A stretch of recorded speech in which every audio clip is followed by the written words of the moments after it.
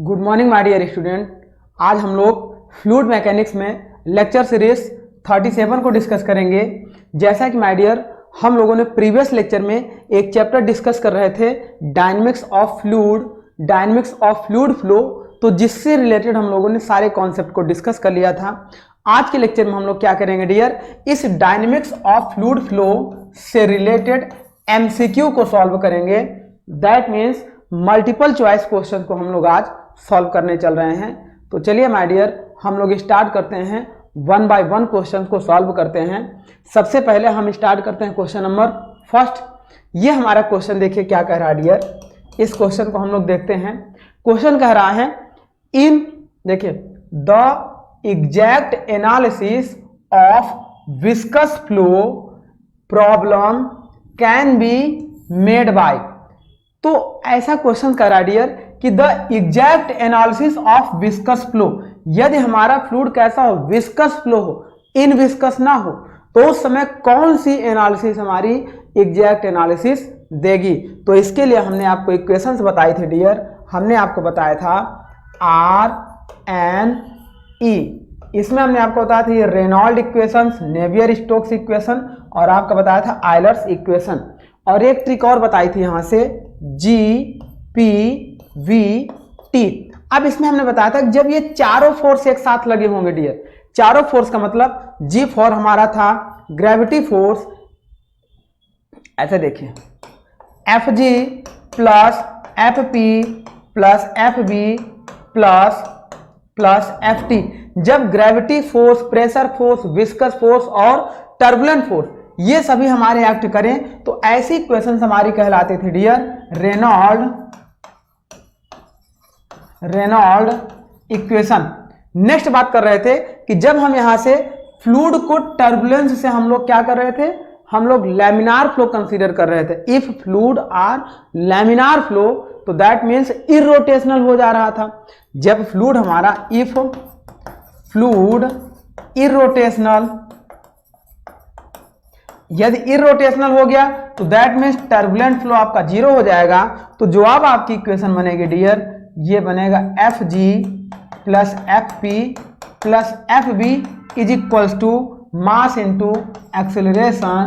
तो इस तरीके से जब टर्बुलेंट फ्लो आपका जीरो हो जाएगा तो R के बाद नेक्स्ट हम लोग लगाते थे N मीन्स क्या होता था, Navier Stokes equation, Navier Stoke equation. और ये हमारा देखे डियर जब फ्लूइड हमारा विस्कस होता था तब के लिए इस इक्वेशन को हम लोग अप्लाई करते थे। That means it is apply for viscous force. यदि हमारा इनविस्कस फ्लूइड हो जाए, इफ फ्लूइड आर इनविस्कस, यदि फ्लूइड हमारा इनविस्कस हो जाए that means FB is equal to zero हो जाए, विस्कस फोर्स हमारा जीरो हो जाए तो उसमें हमारा क्या क्या बचेगा, FG plus FP is equal to, next हमारी इक्वेशन क्या बचती थी, आयलर इक्वेशन। तो इस तरीके से विस्कस फोर्स के लिए हम लोग कौन सा इक्वेशन लेंगे डियर, नेवियर स्टोक इक्वेशन लेंगे। चलिए आगे बढ़ते हैं क्वेश्चन नंबर सेकंड। इस क्वेश्चन में कह रहा है dear Navier Stoke equation are associated with, Navier Stokes association मतलब equations are associated with, Navier Stokes equations हम लोग कब अप्लाई करते हैं। तो ये कह रहा है जब फ्लूइड हमारा बॉयंसी फोर्स हो, जब सुपरसोनिक फ्लो हो, या वॉर्टेक्स फ्लो हो, या विस्कस फ्लो हो। तो अभी हमने देखा कि जब हम लोग विस्कस फ्लूइड यानी विस्कस फ्लो को कंसीडर करते हैं तो उस समय जो इक्वेशन आती है नेवियर स्टोक इक्वेशन आती है। दैट मीन्स विस्कस फ्लो को कंसीडर करेंगे हम लोग किसके लिए, नेवियर स्टोक्स इक्वेशन के लिए। यदि इनविस्कस फ्लूइड हो जाएगा तो विस्कस फ्लो जीरो होगा, तो नेवियर की बजाय हम लोगों का क्या होगा, फिर आयलर इक्वेशन से हम लोग इसको कंसीडर करेंगे। अब बात करते हैं नेक्स्ट क्वेश्चन नंबर 3। देखिए इस क्वेश्चन में कह रहा है dear the fluid force considered in the Navier Stokes equation are. Question कह रहा है the fluid force considered, fluid का ऐसा फोर्स कंसीडर किया जा रहा है in the Navier Stokes equation, तो कौन कौन सा फोर्स हम लोग कंसीडर करते हैं डियर नेवियर स्टोक्स इक्वेशन में?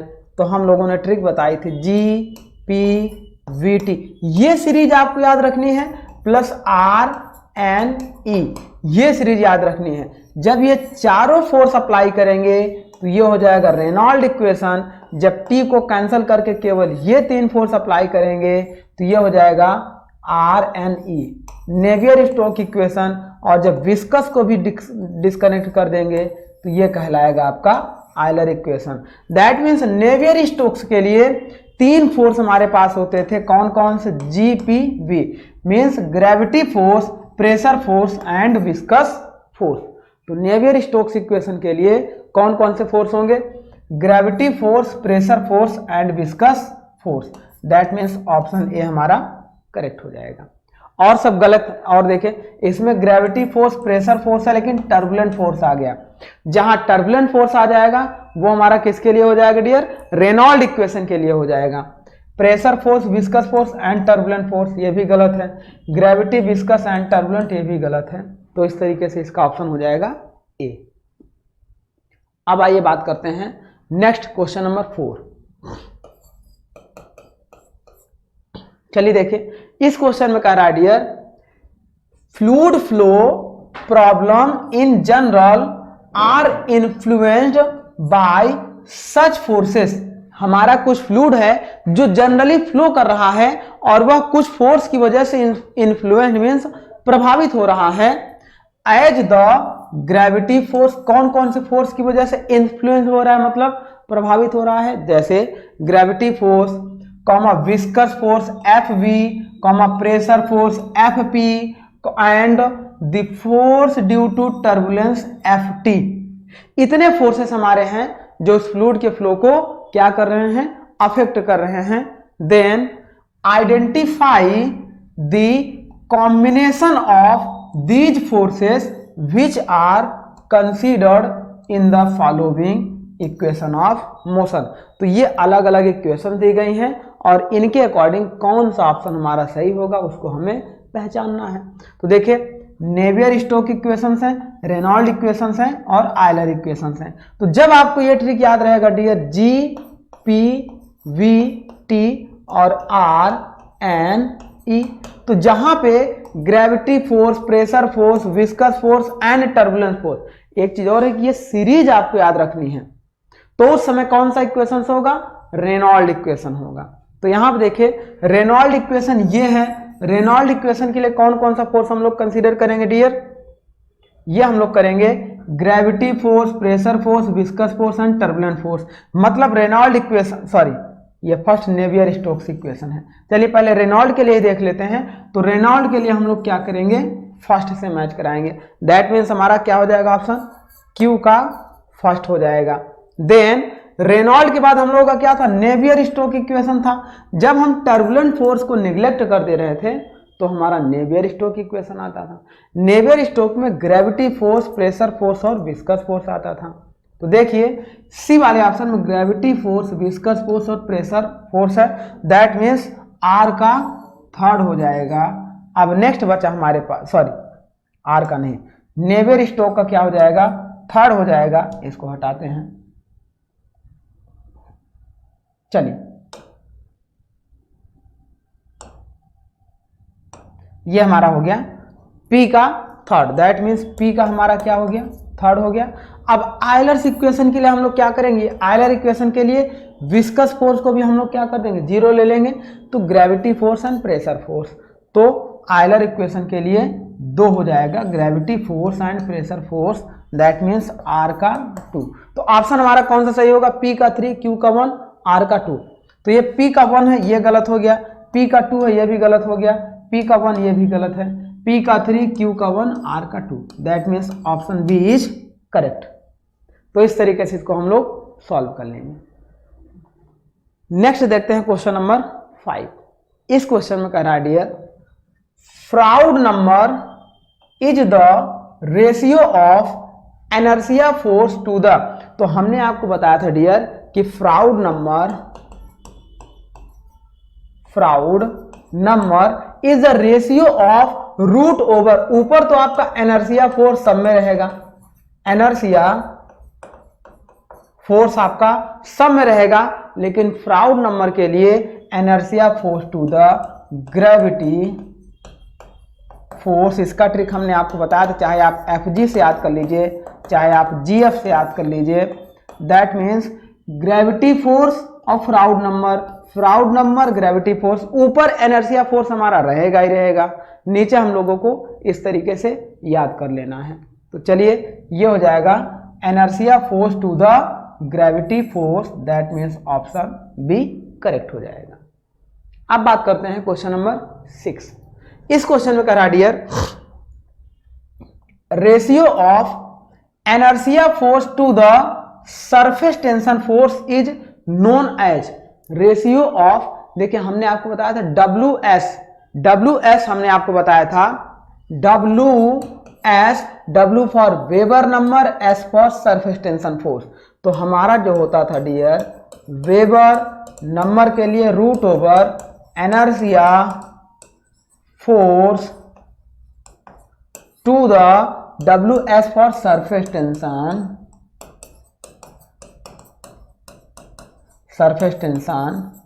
Force, that means Weber number is equal to FI upon sigma, इस तरीके से होता था। तो ये हो जाता था inertia force and surface tension force का रेशियो होता है आपका weber number, that means option D हो जाएगा। तो ट्रिक से अगर आप छोटी छोटी ट्रिक बनाकर याद रखेंगे तो चीजें आपको याद रहेंगी। चलिए, और अगर आप मेमोराइज हैं तो आप ऐसे भी याद कर सकते हैं, inertia force to the surface tension force is Weber number and inertia force to the gravity force is Froude number. चलिए आगे बात करते हैं। Next question number 7। ये क्वेश्चन कह रहा है dear Euler's dimensionless number relate the following. जो आयलर्स नंबर हमारा है डियर डायमेंशनलेस नंबर है, तो आयलर्स डायमेंशनलेस नंबर हमने आपको बताया था, जैसे E for extreme pressure additive, जब हम लोग फ्लूइड के लिए पढ़ते थे तो ईपी पढ़ लीजिए आप, पी फॉर हमने आपको बताया था पोटेंशियल एनर्जी जैसे होती है। तो Euler equation is the ratio of, ऊपर आपका इनर्शिया फोर्स रहेगा ही, नीचे आपका क्या हो जाएगा प्रेशर फोर्स। तो इस तरीके से आप आयलर इक्वेशन के लिए ट्रिक बनाकर याद रख सकते हैं, it is the ratio of inertia force to the pressure force, जब हम लोग पीई ट्रिक बनाते थे। तो ये हो जाएगा Euler's dimensionless number is relate for inertia force and gravity force. ये रॉन्ग हो गया, क्योंकि inertia force and gravity force ये हमारा किसके लिए हो जाता है, फ्राउड नंबर के लिए। नेक्स्ट हमारा है viscous force to the inertia force, ये भी गलत है। Viscous force to the buoyancy force, ये भी गलत है। ये हो जाएगा pressure force and inertia force. किसका pressure force and inertia force का रिलेशन होता है आयलर्स डायमेंशनलेस नंबर के लिए। नेक्स्ट आइए क्वेश्चन नंबर देखते हैं। इस क्वेश्चन में कह रहा है dear Mach number is the ratio of. अब देखिए जैसे हमने बताया था किसके लिए, आयलर्स के लिए हमने आपको बताया था पीई पोटेंशियल एनर्जी का, और हमने आपको बताया था वेबर के लिए डब्ल्यू हमने आपको बताया था surface tension force for weber number के लिए। सिमिलर इसी तरीके से हमने आपको फ्राउड नंबर के लिए एफ जी बताया था, F G for Froude number के लिए ग्रेविटी फोर्स होगा। सिमिलर यहां देखते हैं Mach number is the ratio of, तो ये हमारा क्या होता था डियर, मैक नंबर को एम ए से डिनोट करते थे। It is the ratio of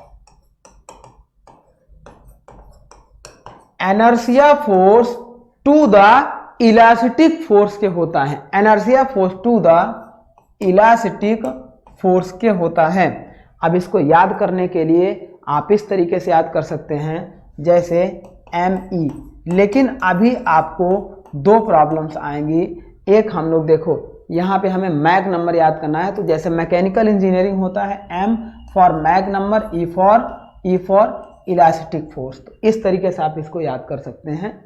तो ये हो जाता है it is the ratio of inertia force to the elastic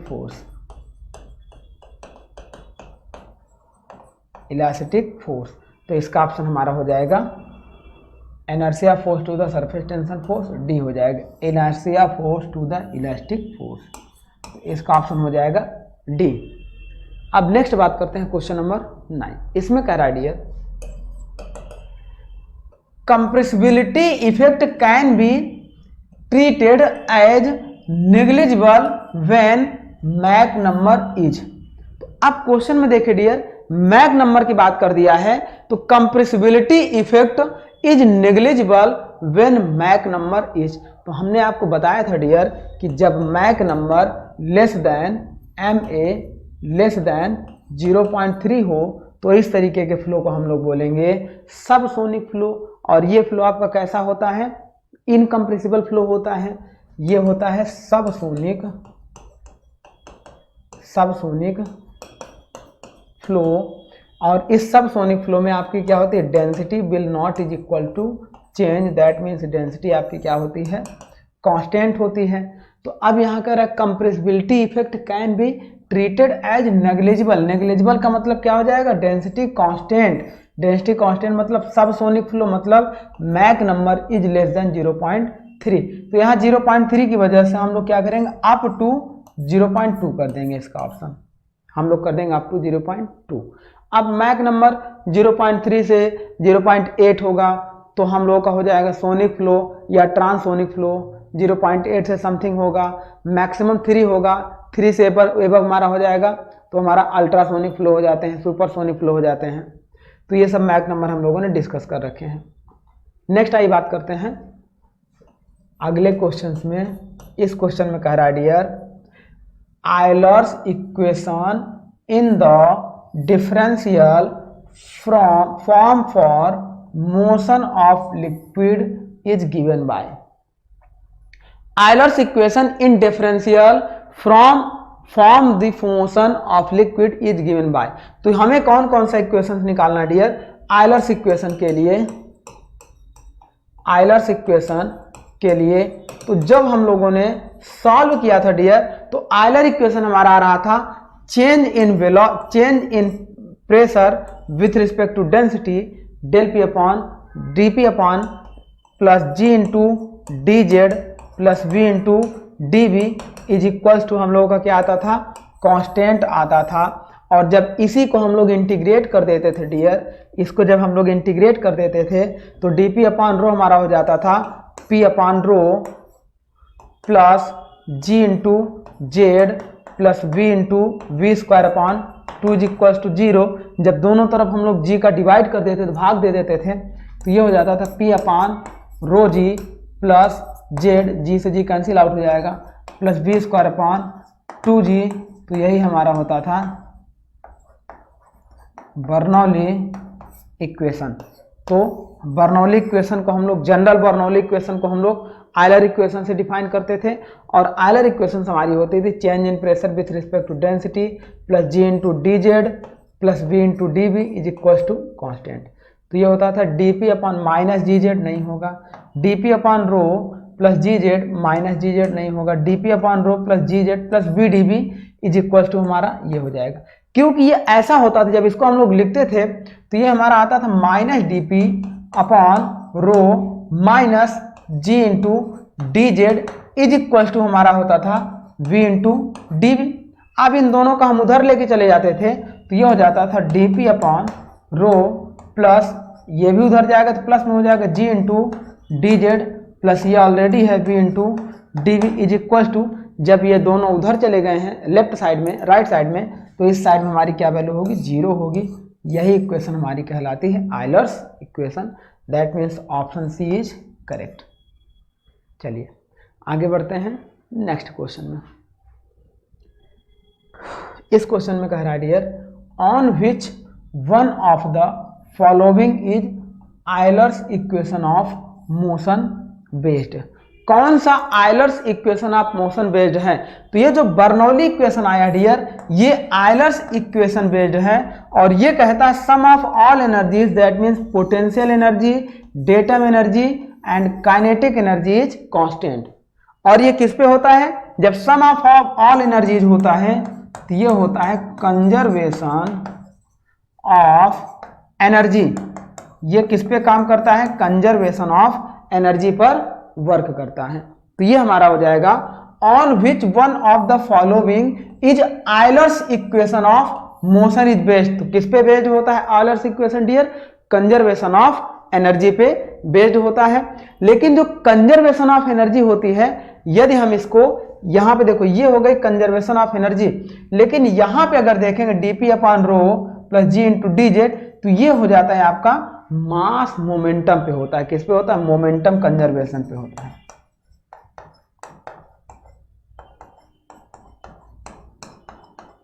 ये आपका होता है डियर मोमेंटम कंजर्वेशन पे, और ये इक्वेशन आपकी होती है एनर्जी कंजर्वेशन इक्वेशन पे। तो दैट मीन्स अगर आयलर्स इक्वेशन ऑफ मोशन की बात करेगा तो ये हो जाएगा मोमेंटम कंजर्वेशन ऑफ इक्वेशन पे, और अगर बर्नौली इक्वेशन की बात करेगा तो एनर्जी कंजर्वेशन इक्वेशन होगा। चलिए, मतलब इसका ऑप्शन हमारा सी हो जाएगा। आइए क्वेश्चन नेक्स्ट देखते हैं। इस क्वेश्चन में कह रहा है dear the total head in a flow is sum of, total head in a flow, चाहे वो आइडियल फ्लूइड हो चाहे वो रियल फ्लूइड हो, फॉर आइडियल फ्लूइड अगर टोटल हेड की बात करेंगे डियर, तो टोटल हेड हमारा होता है यहां से यहां तक डेटम हेड जेड, प्लस यहां से यहां तक हमारा होता है P upon rho G potential head, plus यहां से यहां तक ये हमारा होता है V square upon 2g, that means kinetic head. Datum head, potential head plus kinetic head, यहाँ पे होता है datum head, potential head plus kinetic, and datum energy यानी कि datum energy DE, potential energy और काइनेटिक एनर्जी का summation होता है आपका, किसके लिए, जब कोई फ्लो आपका कर रहा हो। तो ऑप्शन ए है piezometric head and datum head, option B है piezometric head and pressure head, option C है piezometric head and velocity head, and option D है piezometric head, velocity head and datum head. तो यहां पे देखिए dear, जब पीजोमेट्रिक head की बात करेगा, पीजोमेट्रिक हेड की बात करेगा तो piezometric head is the sum of datum head plus P upon rho G, that means इसे हम लोग कहते हैं Z plus rho G H. ये हमारा होता है piezometric head, datum head plus potential head is called piezometric head. तो पीजोमेट्रिक जो ट्यूब हमारी लगती है इस तरीके से, एक ट्यूब हम लोग इस तरीके से कनेक्ट करते हैं, यहाँ से अगर कोई हमने डेटम ले लिया जेड, और इसमें लिक्विड यहाँ तक हमारा राइज कर रहा है, एच हाइट तक राइज कर रहा है, तो टोटल अगर हम हेड बात करेंगे यहाँ से लेके यहाँ तक पीजोमेट्रिक हेड की बात करेंगे तो ये हो जाएगा जेड प्लस एच, और ये हो जाएगा जेड प्लस पी बराबर जेड प्लस पी, मतलब इसकी टोटल वैल्यू हो जाएगी रो जी एच। तो ये आपका होता है टोटल पीजोमेट्रिक हेड। तो ये आपका आंसर हो जाएगा पीजोमेट्रिक head and datum head, and ये हमारा हो जाएगा पीजोमेट्रिक head and velocity head. Velocity head आपका नहीं होगा, पीजोमेट्रिक प्रेशर हेड भी नहीं होगा, पीजोमेट्रिक head and velocity head and datum head ये भी नहीं होगा। ऑप्शन हमारा करेक्ट हो जाएगा पीजोमेट्रिक हेड एंड डेटम हेड। इस तरीके से ये हमारा ऑप्शन ए करेक्ट हो जाएगा। दैट मीन्स अगर हम यहां बात करें पीजोमेट्रिक हेड को, इस जेड को अलग से हम लोग कंसीडर करें, Z plus P upon rho G, तो ये पीजोमेट्रिक हेड हो जाएगा, ये डेटम हेड हो जाएगा। तो यहां से ऐसे ना देखें आप, यहां देखें piezometric head is equal to ये टोटल जो हमारा हेड निकलेगा इसकी बात करेंगे, तो datum head plus piezometric head. चलिए आगे बात करते हैं क्वेश्चन। इसमें कह रहा है the sum of pressure head and elevation head is known as. Pressure head और एलिवेशन हेड का सम आपका क्या कहलाता है, तो इसे हम लोग बोलते हैं dear static head. Static head जो हमारा होता है वो हमारा क्या होता है, sum of pressure head plus elevation head. ये होता है pressure head plus elevation head. तो ये हो गया हमारा dear static head is sum of किसके लिए, pressure head and elevation head. चलिए आगे बात करते हैं क्वेश्चन नेक्स्ट। इस क्वेश्चन में कह रहा है dear Bernoulli equations can be derived from, Bernoulli equations can be derived from, Bernoulli equation किससे डिराइव्ड की जाती है? कॉन्टिन्यूटी इक्वेशन से नहीं, कॉन्टिन्यूटी इक्वेशन है a1b1 is equal to a2 v2। Next है न्यूटन्स लॉ ऑफ विस्कोसिटी से, इससे भी डिराइव नहीं की जाती है। रेनॉल्ड ट्रांसपोर्टेशन थ्योरी, इससे भी डिराइव नहीं की जाती है। तो बर्नौली इक्वेशन डिराइव की जाती है dear Euler's equation of motion से, जिसे हम लोग क्या करते हैं dp upon rho plus g into D Z plus v into D V is equal to 0। तो ये हमारी होती है आयलर्स इक्वेशन ऑफ मोशन। इसी को हम लोग इंटीग्रेट करके जो इक्वेशन फाइंड करते हैं वो आती है बर्नौली इक्वेशन। तो बर्नौली इक्वेशन किस पे होती है? आयलर्स इक्वेशन का डेरिवेटिव फॉर्म होती है। आइए बात करते हैं नेक्स्ट क्वेश्चन। देखिए अच्छा क्वेश्चन है, ईएस में भी आया हुआ क्वेश्चन है ये, इंजीनियरिंग सर्विसेज में। इस क्वेश्चन में कह रहा है water flow through a pipeline having 4 different diameter. एक वाटर हमारा किसी पाइपलाइन में फ्लो कर रहा है जिसमें अलग अलग डायमीटर 4 डायमीटर दिए गए हैं। यहां पे देखो ये डायमीटर आपका 4D है, ये D है, ये 1.5D है और ये 2D है। अब यहां बात कर रहा है डियर कि इन अलग अलग डायमीटर पे at 4 stations is known in the given figures. सभी जगह पे 4 क्रॉस सेक्शन दिए गए हैं और 4 स्टेशंस हैं। अब इन सब के बारे में जब हम लोग स्टडी करते हैं तो ये क्वेश्चन कह रहा है dear the correct sequence of station number in the decreasing order of pressure. तो हमें सबसे पहले क्या है हाई प्रेशर की वैल्यू लेनी है, फिर उससे लो प्रेशर, फिर उससे लो प्रेशर, फिर उससे लो प्रेशर। अब ये हमें नहीं पता है कि सबसे हाई प्रेशर किस जगह पे होगा, बट हम ये जानते हैं डियर कि जिसका डायमीटर लार्ज होगा वहां पे वेलोसिटी लो और प्रेशर हाई होता है। तो सबसे लार्ज डायमीटर इसमें देखते हैं हम लोग किसका है, ये है 4D। अगर इसका डायमीटर लार्ज है तो दैट मीन्स 3 पॉइंट पे जो भी प्रेशर होगा इसे हम कंसीडर कर लें P3। तो P3 पर सबसे हाई प्रेशर होगा, दैट मीन्स P3। अब इससे कम प्रेशर उस पे होगा जिसका डायमीटर इससे थोड़ा सा कम होगा। तो अब यहां देखो ये 1.5D एंड 2D, तो 2D पे इससे कम आपका क्या है प्रेशर है, तो ये हमारा हो जाएगा 2D यानी कि P1। तो अब P3 is less then P1, इससे भी कम आपका हो जाएगा 2D से कम डायमीटर कितना है 1.5D, फिर D है, दैट मीन्स P2 हो जाएगा P2, देन इससे कम आपका हो जाएगा P1। तो ये आपके होगा डियर, इस तरीके से इस क्वेश्चन का सलूशन हो जाएगा। प्रेशर का डिक्रीजिंग ऑर्डर हमें लेना था, ये कह रहा था डिक्रीजिंग ऑर्डर ऑफ प्रेशर। तो डिक्रीजिंग ऑर्डर इस तरीके से हो जाएगा P3 P1 P2 नहीं P3 P1, एक मिनट, P3 P1 और यहाँ पे हो जाएगा जो D है ये P4 है, P3 P1 P2 P4। तो आंसर हो जाएगा 3124, 3142, 3124, दैट मीन्स ऑप्शन डी आपका करेक्ट हो जाएगा। तो ये इंजीनियरिंग सर्विसेज का क्वेश्चन था। अब बात करते हैं नेक्स्ट क्वेश्चन। इस क्वेश्चन में कह रहा है dear according to Bernoulli principle, ये एन रहेगा, according to Bernoulli principle in fluid dynamics, fluid dynamics chapter में बर्नौली प्रिंसिपल के according for in viscous flow, in viscous मतलब विस्कोसिटी आपकी क्या है 0 है, increase in the speed of fluid. यदि फ्लूइड की वेलोसिटी हम क्या करते हैं इंक्रीज करेंगे, फ्लूइड की वेलोसिटी इंक्रीज करेंगे, then fluid leads to which of the following. यदि हम लोग वेलोसिटी इंक्रीज करेंगे तो कौन सी इक्वेशंस पे आपका क्या इफेक्ट आएगा, क्या फॉलो करेगा। तो फर्स्ट इक्वेशन कह रहा है इंक्रीज प्रेशर, ये रॉन्ग हो गया dear.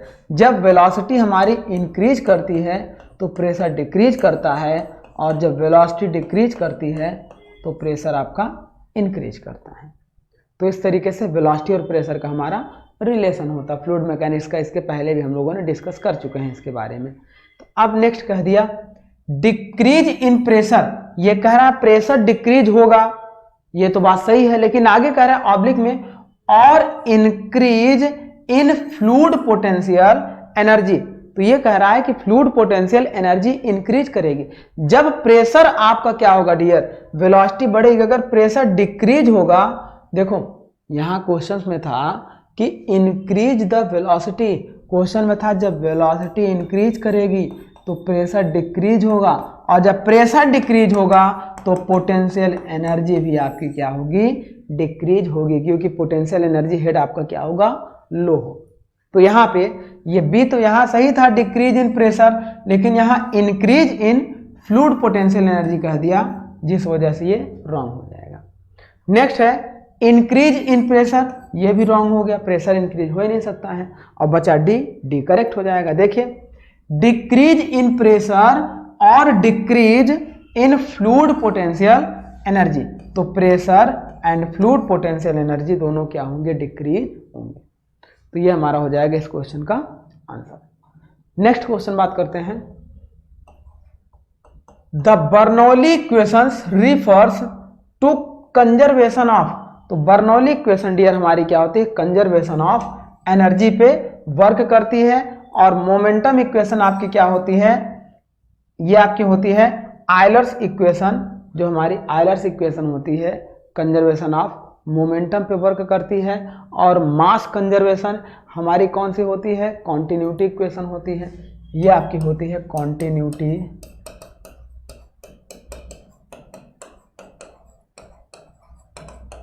Equation. That means Q1 बराबर Q2 बराबर कांस्टेंट, या A1 B1 बराबर A2 B2 equals to constant.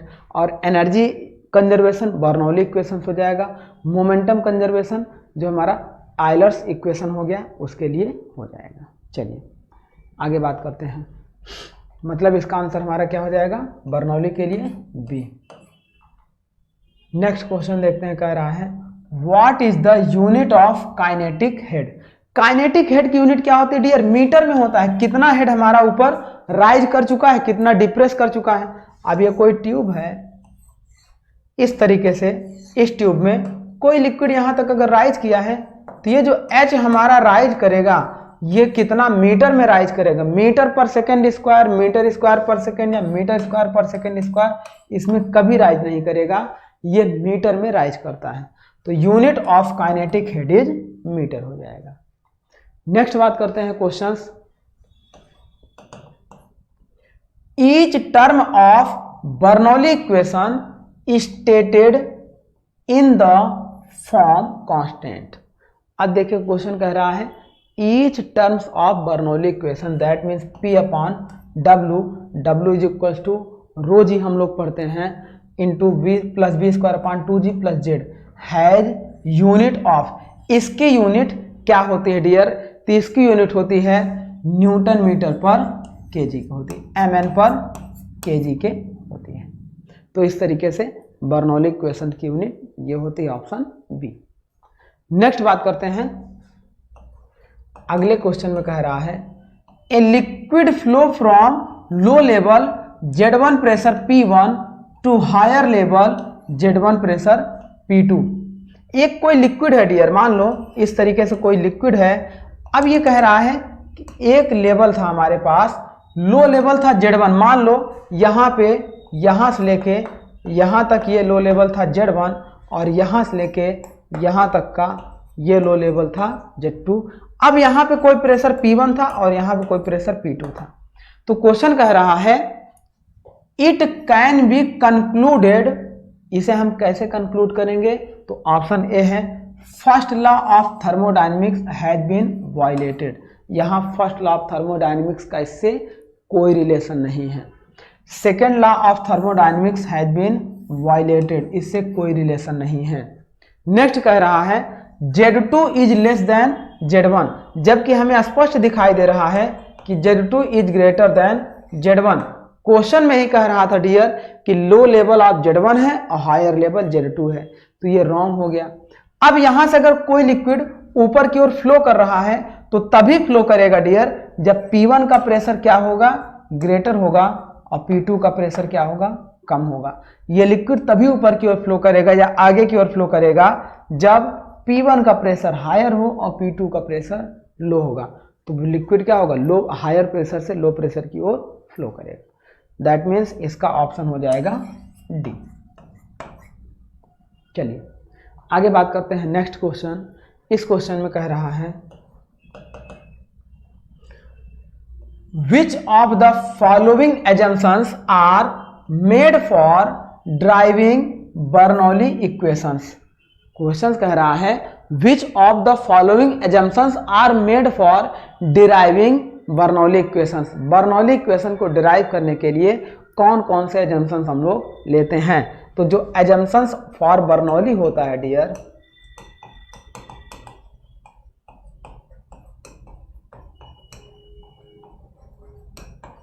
Bernoulli equation होते हैं, फर्स्ट आपका होता है फ्लूइड कैसा होना चाहिए, आइडियल होना चाहिए। सेकंड आपका कैसा होना चाहिए, इनविस्कस होना चाहिए। थर्ड आपका कैसा होना चाहिए, टर्बुलेंट नहीं होना चाहिए, लैमिनार फ्लो होना चाहिए, लैमिनार फ्लो होना चाहिए।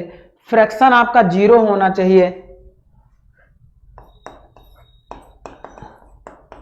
यदि आइडियल फ्लूइड है तो फ्रैक्शन आपका क्या होना चाहिए, फ्रैक्शन इफेक्ट या फ्रैक्शन आपका 0 होना चाहिए। और फ्लो आपका कैसा होना चाहिए, laminar flow and steady flow,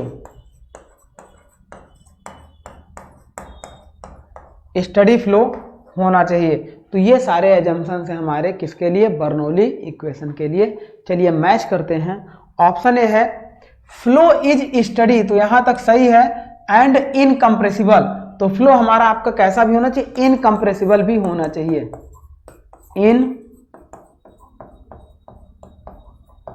incompressible भी फ्लो आपका होना चाहिए। नेक्स्ट कह रहा है flow is unsteady and compressible, जहां कंप्रेसिबल हो गया वहां पे रॉन्ग हो गया। नेक्स्ट कह रहा है effect of fraction is neglected and flow along stream line, तो आपका जो फ्लो होना चाहिए डियर वो कैसा होना चाहिए, अलोंग स्ट्रीम लाइन होना चाहिए। स्ट्रीम लाइन के अगल बगल नहीं, बिल्कुल स्ट्रीम लाइन पर ही हम लोग फ्लो को कंसीडर करते हैं। नेक्स्ट है effect of fraction is taken into consideration and flow along is stream line, तो ये कह रहा है कि हम लोग क्या करते हैं, effect of fraction taken into consider, fraction को हम लोग कंसीडर नहीं करते हैं। यहां देखो फ्रैक्शन इज 0, फ्रैक्शन हमारा क्या होगा, 0 होगा, तो मतलब ये ऑप्शन हमारा इनकरेक्ट है। अच्छा देखो flow is study and incompressible, ये हमारे लिए क्या था, करेक्ट था। फ्लो इज अनस्टडी, अनस्टडी हो गया मतलब इनकरेक्ट हो गया, यानी कि हमारे पास 2 और 4 इनकरेक्ट हो गए। और फर्स्ट और थर्ड, हमारे थर्ड भी क्या है, effect of fraction is neglected and flow along stream line, तो फ्लो आपका स्ट्रीम लाइन पर होना चाहिए। दैट मीन्स इसका आंसर हो जाएगा 1 एंड 3, 1 एंड 3 यानी कि 1 and 3, that means option A हमारा करेक्ट हो जाएगा। चलिए आगे बात करते हैं नेक्स्ट क्वेश्चन। इसमें कह रहा है when is Bernoulli equations applicable between any 2 point in a field, जब हमारा कोई भी 2 पॉइंट है, एक जिसे हम लोग कंड्यूक्ट बोलते हैं, है ना, कंड्यूक्ट बोलते हैं। अगर किसी कंड्यूक्ट में हम लोग बर्नौली फ्लो को कंसीडर करते हैं इस तरीके से, तो एक क्रॉस सेक्शन ये, एक क्रॉस सेक्शन ये, 1 1 2 2, तो यहाँ पे जब हम लोग बर्नौली इक्वेशन को कंसीडर करते हैं तो इसके लिए sum of all energies are constant, pressure energy, datum energy and kinetic energy. Pressure का मतलब पोटेंशियल एनर्जी। तो क्वेश्चन है when is Bernoulli equation applicable between any 2 points in the flow fluid, जब किसी 2 पॉइंट के बीच में बर्नौली इक्वेशन अप्लाई किया जाएगा। तो ऑप्शन ए है द फ्लो इज स्टडी, तो फ्लो तो स्टडी रहेगा, इनकम्प्रेसिबल भी रहेगा, लेकिन ये रोटेशनल कह दिया डियर। फ्लो आपका कैसा होना चाहिए, इरोटेशनल होना चाहिए, इसमें हमने नहीं लिखा, तो ये फ्लो आपका कैसा होना चाहिए, नेक्स्ट आपका होना चाहिए इरोटेशनल फ्लो होना चाहिए। इरोटेशनल मतलब रोटेट नहीं होना चाहिए, तो ये आपका गलत हो गया। नेक्स्ट है the flow is study compressible, compressible नहीं होना चाहिए डियर, इनकंप्रेसिबल होना चाहिए। नेक्स्ट है the flow is unsteady, incompressible and irrotational, that means यही ऑप्शन हमारा क्या हो जाएगा, करेक्ट हो जाएगा। अच्छा और भी आगे देख लेते हैं, the flow is study, sorry ये गलत है, अनस्टडी कह दिया, फ्लो आपका कैसा होना चाहिए, स्टडी होना चाहिए, तो ये अनस्टडी, इनकंप्रेसिबल तो सही है, इरोटेशनल भी सही है, बट अनस्टडी हो गया। फ्लो हमारा कैसा होना चाहिए, स्टडी फ्लो होना चाहिए, तो ये हो जाएगा next, the flow is study, incompressible and irrotational is the assumptions for Bernoulli equation when fluid flow and we consider between 2 points। Next आइए देखते हैं, इस क्वेश्चन में कह रहा dear, in a pipe flow of fluid takes place from, एक pipe में कोई फ्लूइड आपका फ्लो कर रहा है, मान लो एक पाइप में कोई फ्लूइड आपका इस तरीके से फ्लो कर रहा है, सपोज करो इस लेवल से इस लेवल पे नेचुरली फ्लो कर रहा है, तो उस केस में फ्लो कैसा होगा, हायर लेवल से लोअर लेवल की तरफ बढ़ेगा। मान लो यहाँ पे हायर लेवल Z1 था, यहाँ पे higher level lower level Z2 हो गया, तो क्या फ्लो आपका नेचुरली हायर लेवल से लोअर लेवल की तरफ आगे बढ़ेगा।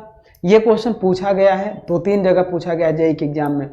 नेक्स्ट है, ये वेरी वेरी इंपॉर्टेंट क्वेश्चन है, higher pressure to lower pressure, यदि यहाँ का प्रेशर हायर होगा तो लोअर की तरफ बढ़ेगा।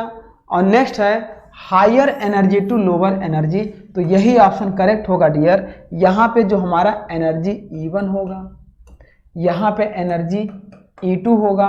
यदि कुछ फ्रैक्शन लॉस कंसीडर्ड होगा तो फ्रैक्शन लॉस हम लोग क्या ले लेंगे, हेड लॉस HL। तो इस समय E1 बराबर E2 प्लस HL हो जाएगा। तो फ्लो हमेशा हायर एनर्जी लेवल से लोअर एनर्जी लेवल की तरफ फ्लो करता है कोई भी लिक्विड, तो ये होता है हायर एनर्जी लेवल से लोअर एनर्जी लेवल की तरफ फ्लो करता है। आइए बात करते हैं नेक्स्ट क्वेश्चन। इस क्वेश्चन में कह रहा डियर, देखिए न्यूमेरिकल है, इस क्वेश्चन में कह रहा है water is pumped through a pipeline to a height of 10 metre. एक वाटर आपका क्या है, 10 मीटर हाइट से क्या हो रहा है, फ्लो कर रहा है, 10 मीटर हाइट से फ्लो कर रहा है at a rate of 0.1 metre cube per second. That means discharge आपका है 0.1 metre cube per second. If the fraction and other losses are amount to 5 metre, the pumping power required in kilowatt. यदि आपका देखिए if the fraction and other losses amount is 5 metre, that means जो हमारा हो जाएगा dear head loss HL आपका कितना हो जाएगा, 5 मीटर यदि हम लोग कंसीडर कर लें। यदि फ्रैक्शन की वजह से जो हेड में लॉस आ रहा है वो 5 मीटर आ रहा है, then the pumping power required in kilowatt. तो पंपिंग पावर आपका क्या होता है, पंपिंग पावर आपका होता है डियर डिस्चार्ज, डिस्चार्ज देखिए ये होता है, एक minute,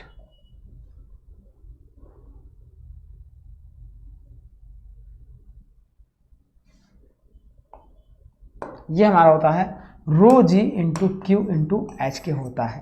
that means rho G H आपका किसके होता है, वॉल्यूम ऑफ लिक्विड या weight of liquid per unit discharge is called pumping power होता है। Pumping power is equal to rho G H into Q के होता है।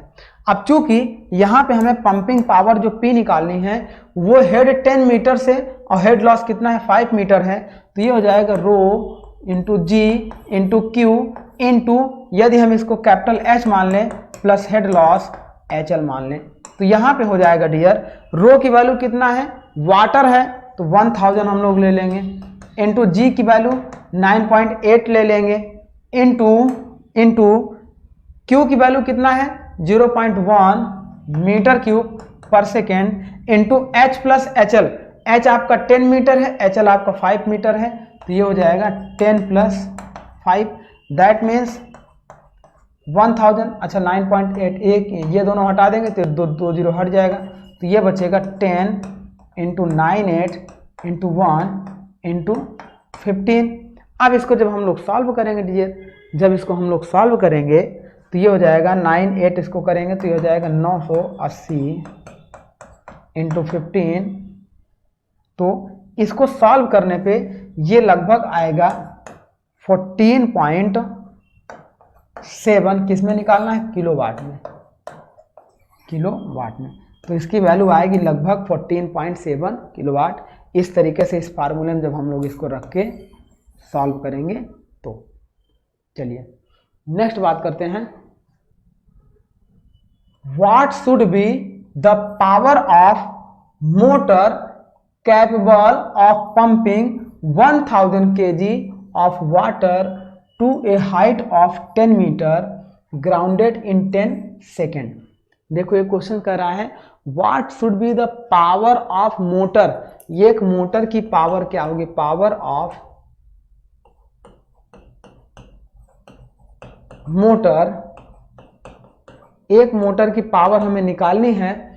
कब निकालनी है dear, if motor capable to pumping of 1000 kg of water in a height of 10 metre from 10 second. तो power is equal to हो जाएगा dear weight per unit time. जितना वेट लिक्विड का पर यूनिट टाइम में क्या कर रहा है, वो लिफ्ट कर रहा है। हमारा क्या लिफ्ट करेगा, मोटर लिफ्ट करेगा, तो वही हमारा होता है power is equal to liquid का वेट पर यूनिट टाइम होता है, that means W upon T हो जाएगा। और चूंकि W is equal to mass into gravity force upon T हो जाएगा, तो power is equal to mass कितना दिया है आपका 1000 kg, that means 1000 into G की वैल्यू हो जाएगी 9.8 अपॉन टाइम कितना दिया है डियर 10 सेकेंड दिया है, ये दिया है 10, तो इससे ये कैंसिल आउट हो जाएगा, दशमलव से ये कैंसिल आउट हो जाएगा, तो ये हो जाएगा 980। तो इसका आंसर हमारा क्या हो जाएगा,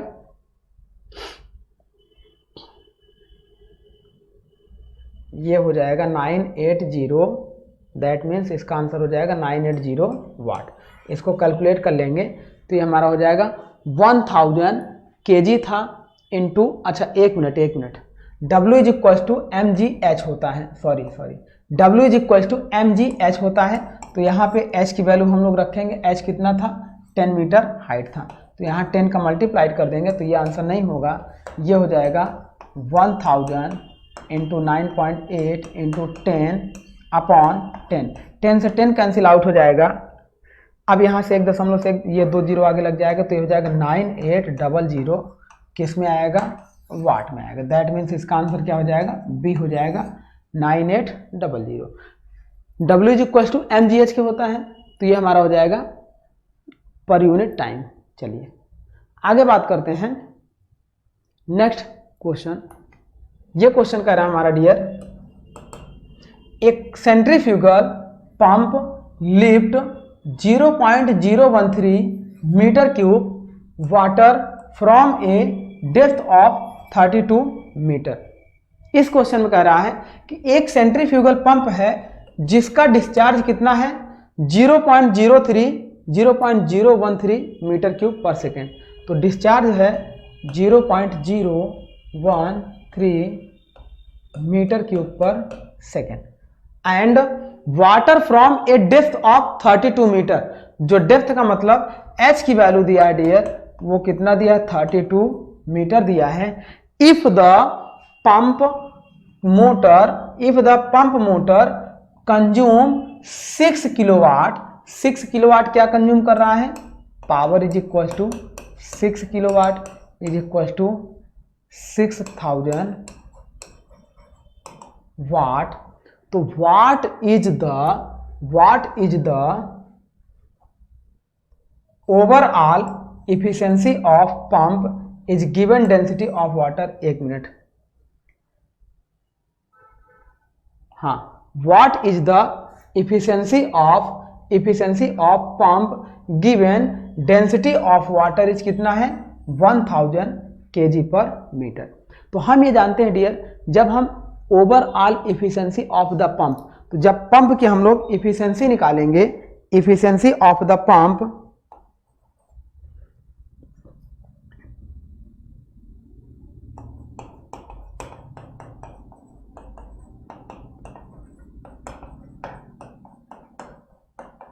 देखिए overall efficiency of the pump अगर हम लोग निकालेंगे तो ये हमारा हो जाएगा डियर वाटर पावर बटे सैफ्ट पावर, वाटर पावर बटे सैफ्ट पावर, जिसे हम लोग करते हैं WP अपॉन वाटर पावर बटे shaft power, that means SP। अब यहां से हम लोग जानते हैं वाटर पावर की वैल्यू कितनी आती है, rho into G into H into discharge Q upon shaft power.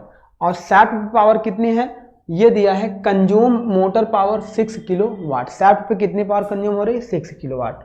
ये क्या है वाटर फ्लो कर रहा है, तो डेंसिटी हो जाएगी 1000 into gravity force 9.8 into height कितना ले रहा है 32 मीटर, 32 अपॉन इंटू डिस्चार्ज कितना है 0.013 अपॉन सैफ्ट पावर कितने दिया है 6000 किलोवाट, ये हो जाएगी 6000 वाट।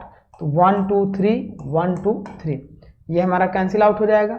अब इसको जब हम लोग सॉल्व करेंगे डियर, तो सॉल्व करने पे ये पूरा जब इसको हम लोग सॉल्व करेंगे तो ये लगभग आएगा 68 पॉइंट समथिंग %।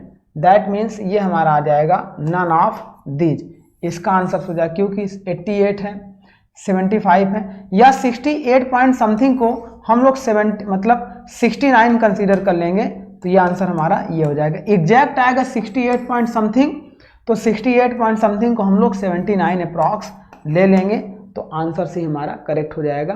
तो इस तरीके से इसको हम लोग सॉल्व कर लेंगे। चलिए आगे बात करते हैं नेक्स्ट क्वेश्चन। इस क्वेश्चन में कह रहा है a hydroelectric reservoir can supply water continuously at a rate of 100 metre cube per second. एक हमारा क्या है डियर हाइड्रो इलेक्ट्रिक रिजर्वायर है, एक हाइड्रो इलेक्ट्रिक पंप लगा हुआ है, सेटअप लगा हुआ है, जहां से लगातार वाटर जो हमारा डिस्चार्ज हो रहा है कितना 100 metre cube per second. That means flow rate आपका है 100 metre cube per second. The head is 75 metre, तो हेड एच की वैल्यू कितना दिया है 75 metre. The theoretical power that can be developed in megawatt.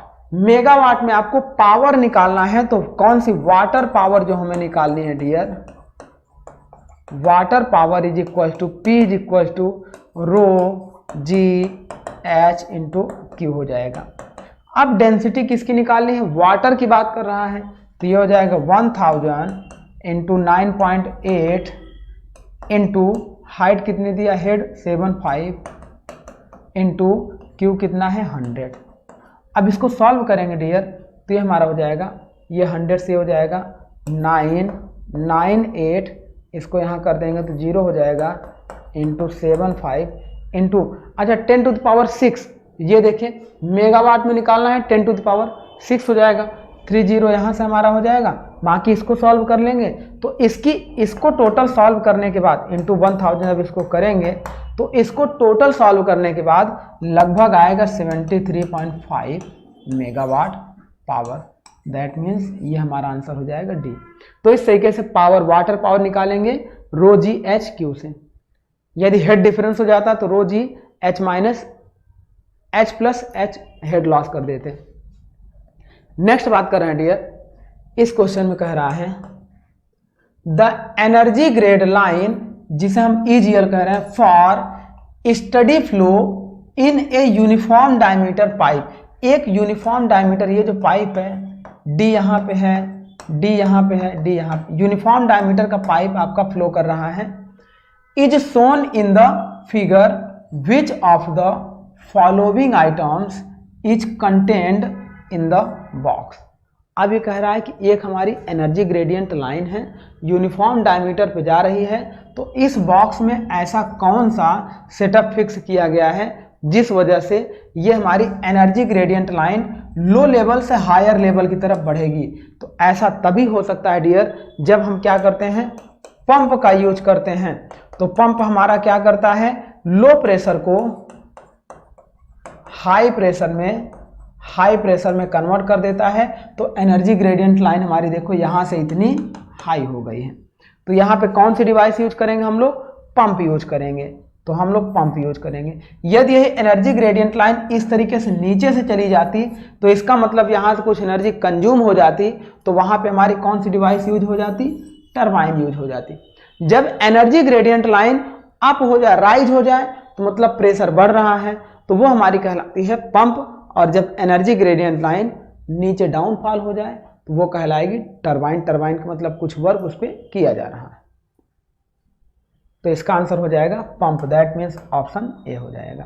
Next question देखते हैं। इस क्वेश्चन में कह रहा है dear the hydraulic gradient line is HGL। तो हम लोग ये जानते हैं, एक हम लोग ले लेते थे डेटम लाइन। अब यहां से यहां तक हम लोग ले लेते थे डेटम हेड Z। यहां से यहां तक हम लोग ले लेते थे, ये हो जाती थी पोटेंशियल एनर्जी लाइन, और यहां से यहां तक हो जाती थी पोटेंशियल एनर्जी P/ρg। और यहां तक हम लोग ले लेते थे V²/2g। इसे हम लोग बोलते थे काइनेटिक एनर्जी लाइन, और यह होता था टोटल काइनेटिक एनर्जी। अब अगर टोटल एनर्जी को हम लोग कंसीडर करते थे TEL, टोटल एनर्जी आपकी ये हो जाती थी, कौन कौन सी हो जाती थी, datum energy plus P/ρg plus V²/2g। और अगर हम लोग हाइड्रोलिक ग्रेडियंट लाइन की बात करते थे HGL, तो हम काइनेटिक एनर्जी को नेग्लेक्ट कर देते थे, केवल और केवल datum head plus potential energy को कंसीडर करते थे।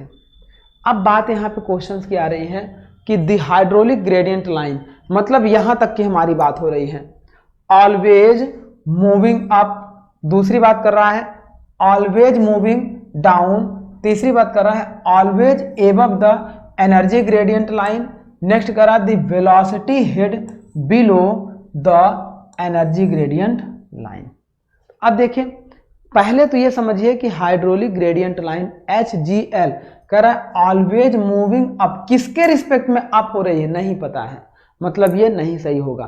फिर कह रहा है ऑलवेज मूविंग डाउन, किसके रिस्पेक्ट में डाउन हो रही है ये भी नहीं पता है। जबकि अगर हम बात करें HGL ऑलवेज मूविंग अप, तो किसके रिस्पेक्ट में होगा, पोटेंशियल प्लस डेटम। और ऑलवेज मूविंग डाउन हो जाएगा तो किसके, TEL से नीचे रहेगा। तो ये तो किसी के रिस्पेक्ट की बात नहीं की। नेक्स्ट कर रहा है always above the energy gradient line, जबकि TEL, देखिए TEL यहां पे है, सॉरी HGL यहां पे है, TEL यहां पे है। TEL is always above the HGL, लेकिन ये कह रहा है कि ऑलवेज एबव द HGL, यहां कह रहा है कि HGL is always above the TEL। तो ये भी आपका कंट्रोवर्सी हो गया, मतलब गलत हो गया। दैट मीन्स ऑप्शन डी हमारा क्या हो जाएगा, करेक्ट हो जाएगा, the velocity head below the energy gradient line. तो ये हमारा हो जाएगा ऑप्शन डी करेक्ट हो जाएगा। नेक्स्ट बात करते हैं क्वेश्चन नंबर 31। ये क्वेश्चन कह रहा है dear hydraulic grade line as compared to the centre line of conduit. Conduit मतलब क्या होता है डियर, मान लो कि एक हम इस तरीके से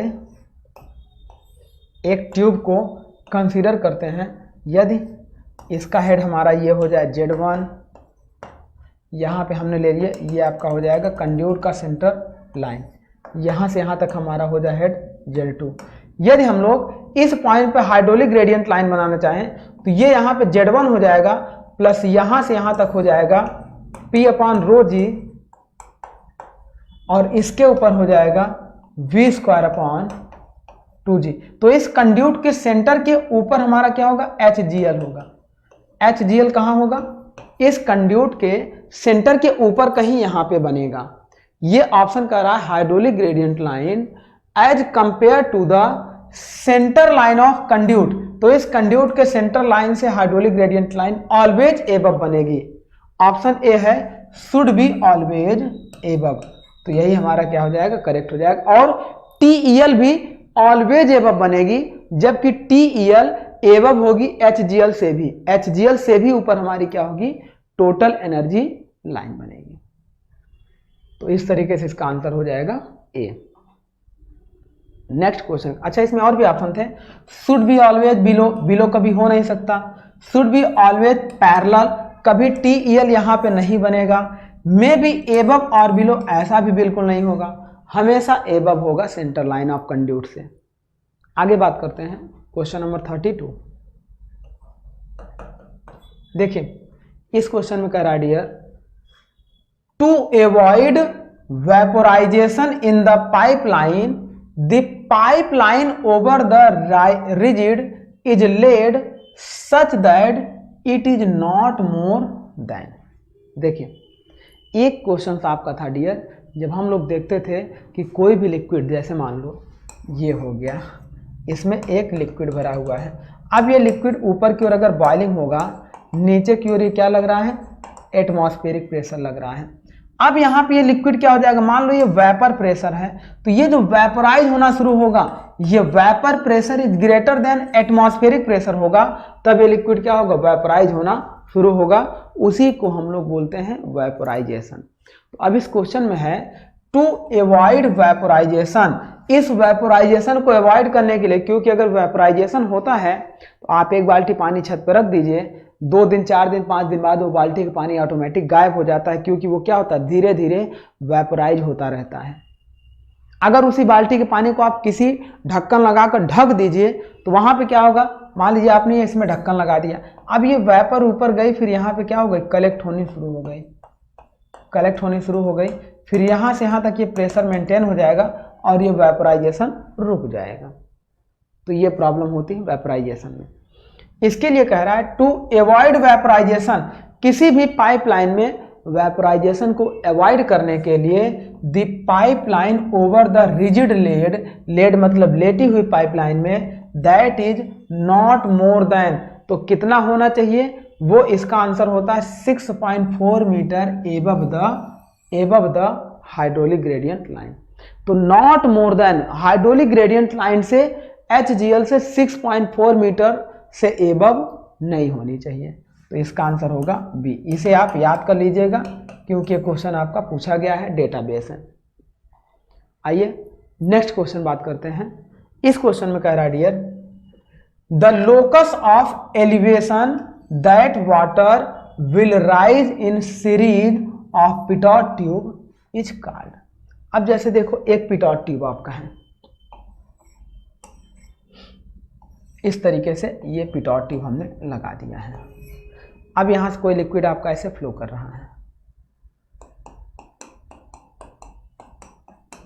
ये लिक्विड आपका फ्लो कर रहा है, यहाँ पे इसकी वेलोसिटी 0 हो जाती है, यहीं पे होता है स्टेग्नेशन प्रेशर, जहाँ पे लिक्विड की वेलोसिटी हो जाती है 0, वहीं पे होता है स्टेग्नेशन प्रेशर, फिर ये इसका हेड आपका राइज होने लगता है, यहाँ तक मान लो आपका हो जाता है, ये हो गया डेटम हेड, ये हो गया पोटेंशियल हेड, यहाँ से यहाँ तक हो गया आपका वेलोसिटी हेड, v²/2g।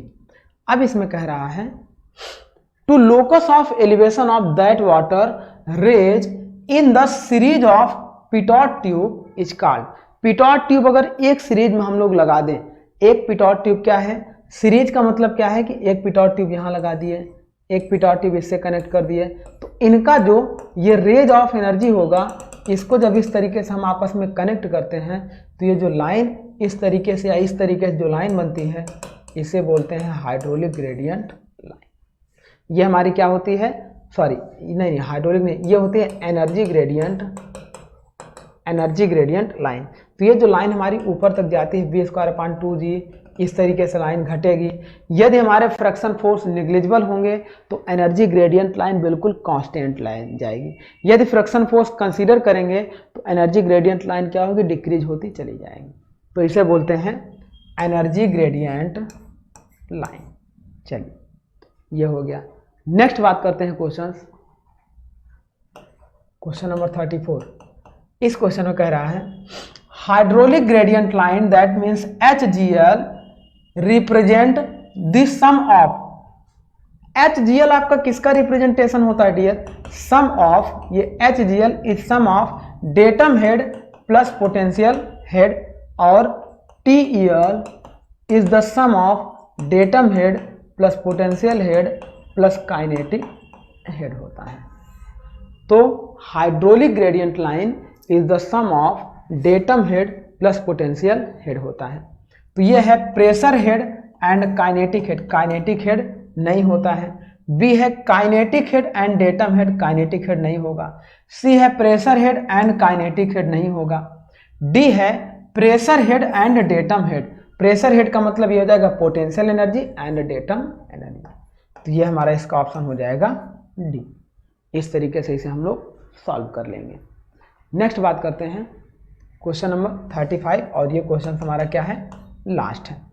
इस क्वेश्चन में हमारा कह रहा है dear the line which gives the sum of pressure head comma datum head and kinetic head, जो लाइन हमारी, जैसे मान लो कि एक लाइन ये हो गई, एक लाइन ये हो गई, यहाँ से इस तरीके से ये हो गया हमारा डेटम।